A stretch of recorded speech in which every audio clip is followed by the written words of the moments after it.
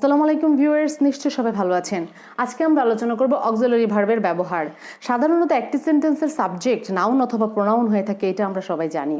একটি সেন্টেন্সের subject noun অথবা প্রোনাউন হয়ে থাকে, কিন্তু এর পার্সন অনুযায়ী সাধারণত কি ব্যবহার করতে হয়, আমাদেরকে ওই সেন্টেন্সে অক্সিলারি ভার্বের ব্যবহার করতে হয়। যেহেতু একটি সেন্টেন্সের অক্সিলারি ভার্বের ব্যবহারটা হয়ে থাকে ওই সেন্টেন্সের নাউন অথবা প্রোনাউন অনুযায়ী, আজকে আমরা দেখব আয়ের সাথে সবসময় কি ব্যবহার করতে হয়, এম ব্যবহার করতে হয়। অর্থাৎ আয়ের সাথে সবসময় কি ব্যবহার করতে হবে, এম ব্যবহার করতে হবে যদি সেই সেন্টেন্সটা প্রেজেন্ট টেন্সে থাকে। অর্থাৎ সেন্টেন্সটা যদি প্রেজেন্ট টেন্সে থাকে তবে আমরা কি করব, আয়ের সাথে সবসময় এম বসাবো, এবং সাবজেক্টটা যদি থার্ড পারসন সিঙ্গুলার নাম্বার হয় তাহলে আমরা ব্যবহার করব তারপরে ইজ। আবার সাবজেক্টটা যদি প্লুরাল হয়ে থাকে তাহলে আমরা ব্যবহার করব আর, যদি সেটা প্রেজেন্ট টেন্সে হয়ে থাকে।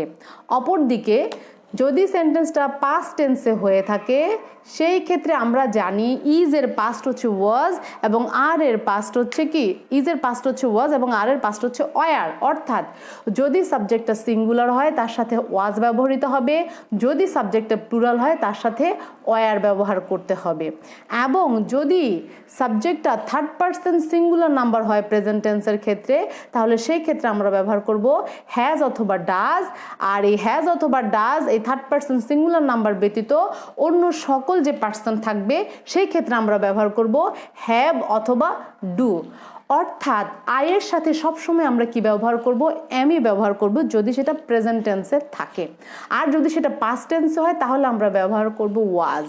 অপরদিকে থার্ড পারসন সিঙ্গুলার নাম্বারের সাথে আমরা ব্যবহার করব ইজ, এবং থার্ড পারসন সিঙ্গুলার নাম্বারের সাথে আমরা ব্যবহার করব হ্যাজ অথবা ডাজ। অর্থাৎ ইজ, হ্যাজ এবং ডাজ সব সময় একই পার্সনের সাথে ব্যবহৃত হবে।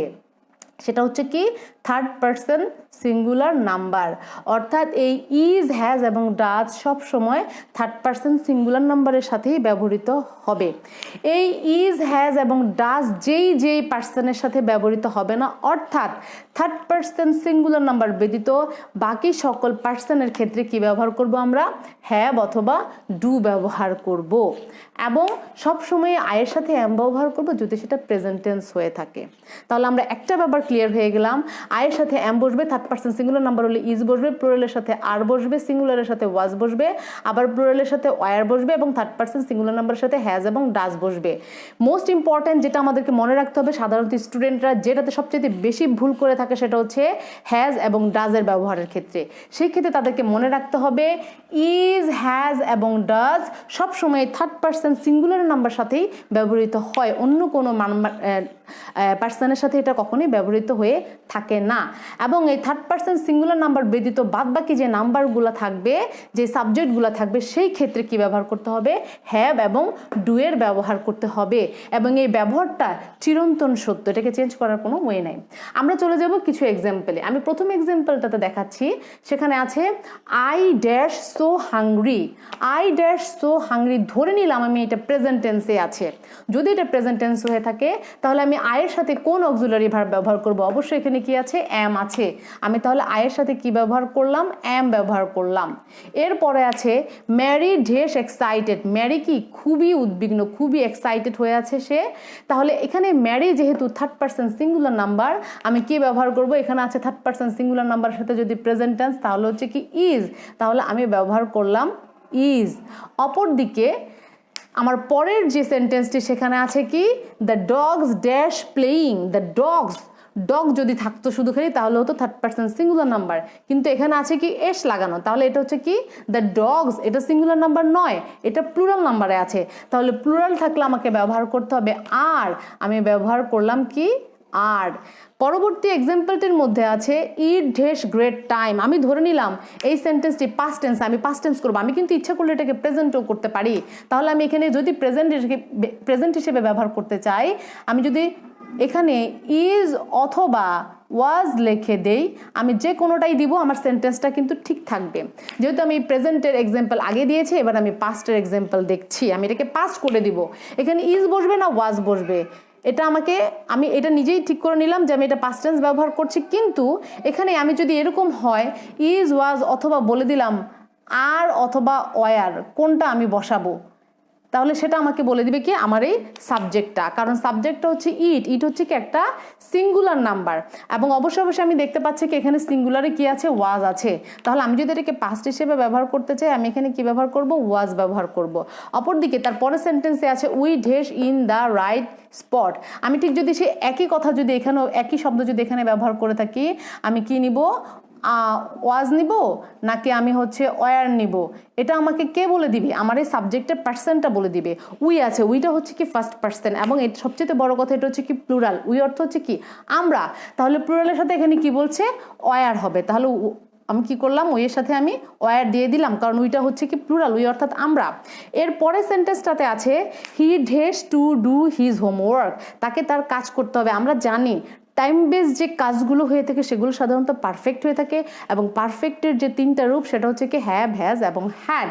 এবং এখানে আছে কি যে হি ঢেস টু ডু হিজ হোমওয়ার্ক, তাকে তার কি করতে হবে, কাজটা করতে হবে। আমি এখন দেখবো এখানে হ্যাভ হবে না হ্যাজ হবে, এটা হ্যাভ হবে না হ্যাজ হবে, আমাকে এটা আইডেন্টিফাই করার জন্য কে হেল্প করবে, অবশ্যই অবশ্যই আমার সাবজেক্টের পার্সন, এবং নাম্বারটা আমাকে কি করবে, সাহায্য করবে। যেমন হিটা হচ্ছে কি থার্ড পার্সন সিঙ্গুলার নাম্বার, হিটা হচ্ছে থার্ড পার্সন সিঙ্গুলার নাম্বার, এবং অলরেডি আমি জেনে গেছি থার্ড পার্সন সিঙ্গুলার নাম্বার যদি সাবজেক্ট হয় তাহলে আমাকে হ্যাজ অথবা ডাজ ব্যবহার করতে হয়।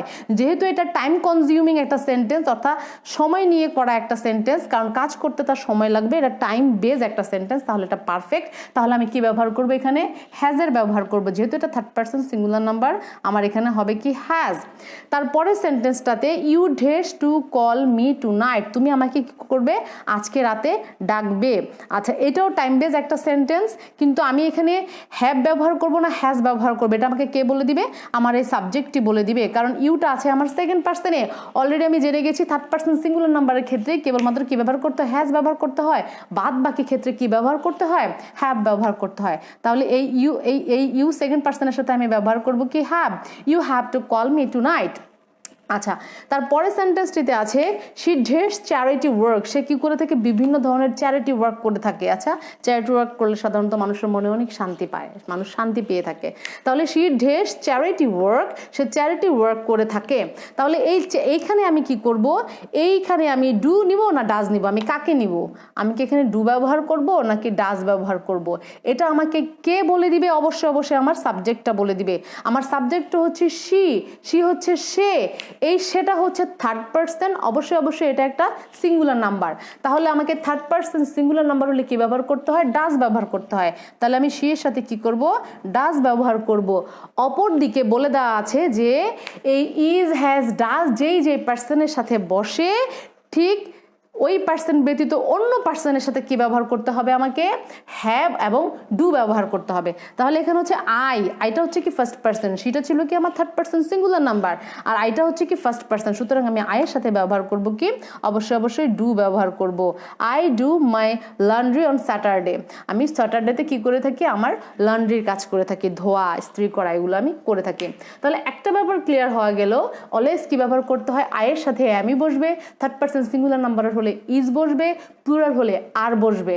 আবার যদি সিঙ্গুলার হয় পাস্ট টেন্সে তাহলে বসবে ওয়াজ, যদি প্লুরাল হয় তাহলে হবে ওয়ার।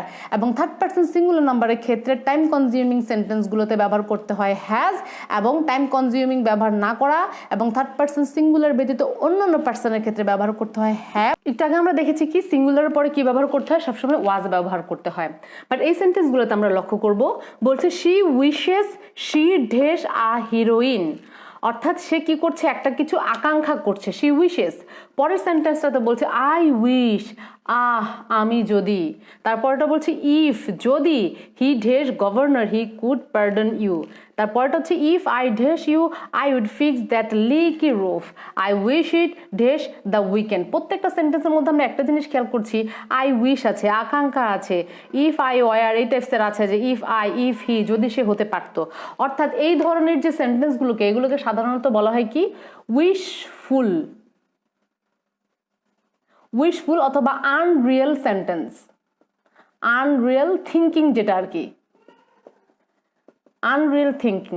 এই ধরনের উইশফুল এবং আনরিয়েল যেই থিঙ্কিং যুক্ত যে সেন্টেন্সগুলো আছে, এই সকল সেন্টেন্সের ক্ষেত্রে আমরা সাধারণত কি করে থাকবো, এই যেই ফিল ইন দ্য ব্ল্যাঙ্কস থাকবে, যে তার পূর্বে যে সাবজেক্টটি থাকবে সেটা যেই পার্সেন্টই থাকুক সেটাকে কি করতে হবে, আমাদেরকে ওয়ার হিসেবে ব্যবহার করতে হবে। অর্থাৎ ব্যাপারটা হচ্ছে এরকম, শি উইশেস শিটা হচ্ছে একটা থার্ড পার্সন সিঙ্গুলার নাম্বার, অর্থাৎ এটা সিঙ্গুলার। তাহলে সিঙ্গুলার পরে এখানে তো ওয়াজই হওয়ার কথা আমাদের নিয়ম অনুযায়ী, কিন্তু এখানে ওয়াজটা ব্যবহার হচ্ছে না, এখানে আমাদেরকে ব্যবহার করতে হবে ওয়ার। এর আগে কিন্তু আমরা কখনোই জানতাম না যে সিঙ্গুলারের পরে ওয়ার ব্যবহার করা হয়, কিন্তু এই ক্ষেত্রে আমাদেরকে এই ওয়ারটাই ব্যবহার করতে হচ্ছে, কারণ এই সেন্টেন্সটা একটা আনরিয়েল সেন্টেন্স। সে বলছে she wishes she were a heroine, সে আকাঙ্ক্ষা করছে সে যদি একজন নায়িকা হইতে পারতো। তার মানে বর্তমানে সে আছে হচ্ছে একজন ডক্টর হিসেবে, কিন্তু সে আশা করছে সে যদি হিরোইন হইতে পারতো। সে বর্তমানে একটা অবস্থায় আছে, যে অবস্থায় সে নাই সে অবস্থা সম্পর্কে চিন্তা করছে, আকাঙ্ক্ষা করছে। এটা হচ্ছে কি একটা উইশফুল সেন্টেন্স বা আনরিয়েল। সে আসলে হিরোইন হইতে পারবে না, কারণ সে ডক্টর, সে তার এই পেশাতে আছে। তারপরের সেন্টেন্সটিতে বলছে I wish I dash in beach. I wish আইটা হচ্ছে কি একটা সিঙ্গুলার, এটার পরে ওয়াজই হওয়ার কথা ছিল, কিন্তু ওয়াজ হবে না, হবে এখানে ওয়ার। কারণ সে বলছে I wish I were in beach, আমি যদি কি করতে পারতাম, বিচে যেতে পারতাম, সৈকতে যেতে পারতাম। কিন্তু সে এখন আসলে সে আছে কোথায়, এখন অফিসে। সে আছে অফিসে, কিন্তু সে আশা করছে আমি যদি একটু বিচে যেতে পারতাম, এখন যদি আমি একটু বিচে যেতে পারতাম তাহলে আমি একটু বাতাস খাইতে পারতাম।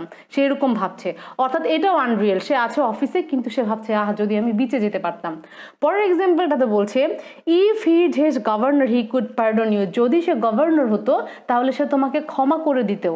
তাহলে বাট এখানে কি হচ্ছে, আমার এই হিটা একটা সিঙ্গুলার আছে, এখানে ওয়াজ হওয়ার কথা, কিন্তু ওয়াজ হবে না, এখানে ওয়ার হবে। কারণ এখানে বলছে যদি আমি গভর্নর হতাম তাহলে আমি তোমাকে পার্ডন করে দিতে পারতো সে, বাট সে গভর্নর নয়, সে হচ্ছে কি একজন নর্মাল পাবলিক, সে গভর্নর নয়। তার মানে আমি যা না, কিন্তু আমি তা ভাবছি, যেটা কিনা আনরিয়েল, যেটা কিনা সম্ভব নয়। পরের সেন্টেন্সটাতে বলছে ইফ আই ড্যাশ ইউ, এখানেও আইটা হচ্ছে সিঙ্গুলার, এখানে ওয়াজ হওয়ার কথা, কিন্তু এখানে ওয়াজ হচ্ছে না, হচ্ছে ওয়ার। কারণ বলছে ইফ আই ওয়ার ইউ, যদি আমি তুমি হতাম, I would fix that leaky roof, তাহলে আমি যে ছাদটা যে নষ্ট হয়ে গেছে, লিক হয়ে গেছে, সেটা আমি কি করতে পারতাম, এটাকে ঠিক করে ফেলতে পারতাম। কিন্তু সে আই তো আর ইউ নয়, সে তো আর সে নয়, সে কখনোই, আমি কখনোই ইউ হতে পারবো না, এটাও আনরিয়েল। তারপর বলছে I wish it dash the weekend. I wish এই ইটটা হচ্ছে কি একটা সিঙ্গুলার, এই ইটের পরে ওয়াজ হওয়ার কথা, কিন্তু ওয়াজ হবে না, হয়ে যাচ্ছে ওয়ার। কারণ বলছে I wish it were the weekend. যদি এটা কি হতো, উইকেন্ড হতো, সপ্তাহের শেষ দিন হতো। কিন্তু মজার ব্যাপার হচ্ছে এটা সপ্তাহের শেষ দিন না, এটা মাত্র কি মানডে, এটা হচ্ছে মাত্র মানডে। সে মানডেতে বসে বসে ভাবছে এটা যদি উইকেন্ড হতো, উইকেন্ড হলে তো আমার ছুটি থাকতো, অফ ডে থাকতো, আমি বেড়াতে যেতে পারতাম। বাট সেটা আসলে না, সেটা পসিবল হচ্ছে না, কারণ এই ডেটা হচ্ছে কি মানডে।